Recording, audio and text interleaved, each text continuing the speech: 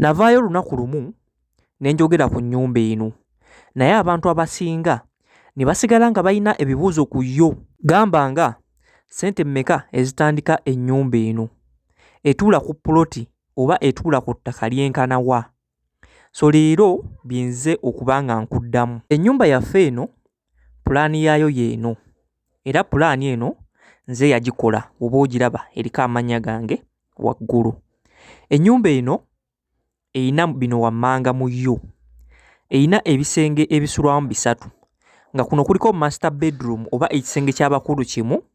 Ekisenge ky'abakulu kino kirina ekinaabiro kyakyo ekigazi obulungi. Eyina ebisenge eby'abaana 2, ab'obulenzi n'ab'obuwala, ekitegeeza omugatte by'ebisenge 3. Ebisenge bino eby'abaana 2 buli kimu kirina ekiyigo kyakyo, ekitegeeza ennyumba eno erina ebiyigo 3 munda.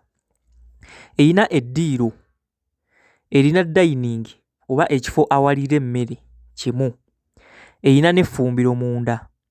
Okwo nno erinako ne sitoowa munda, erina olukuubo olutwala mu bisenge okuva eno mu ddiiro lumu.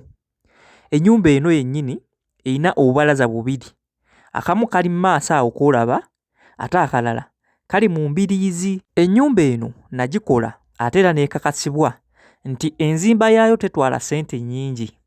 Ennyumba eno erina pulaani eri modern oba pulaani ze bayita eziriko ez'ennaku zino.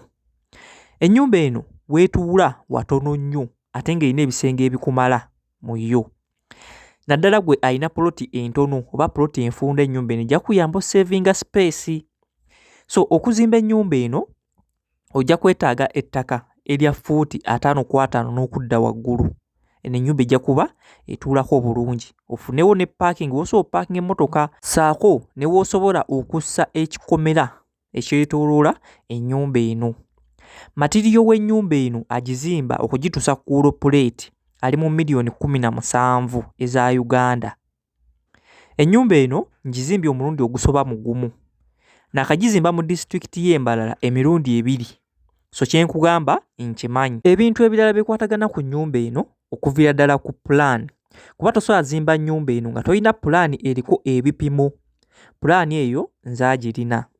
Ojja kuba onkubira ku nnamba zange 0758 34 78 6 twogere, oba okuteeka message ku WhatsApp ku nnamba eyo tujja kuba twogera. Ebiseera ebisinga muddayo ne mutya ne mulowooza nti tuba tuseera. Nze siseera. Osobola okujja n'oŋŋamba nti Steven sirina ssente ze nninawo ntono, naye mbadde njagala tuteese era naawe mba nja kukuwuliriza. Ndowooza bye biwetaaga okutegeera ku nnyumba eno, ebisigadde tujja kuba twogera. Katusinkane mu vidiyo eddako ate ne pulaani y'ekizimbe ekiddako.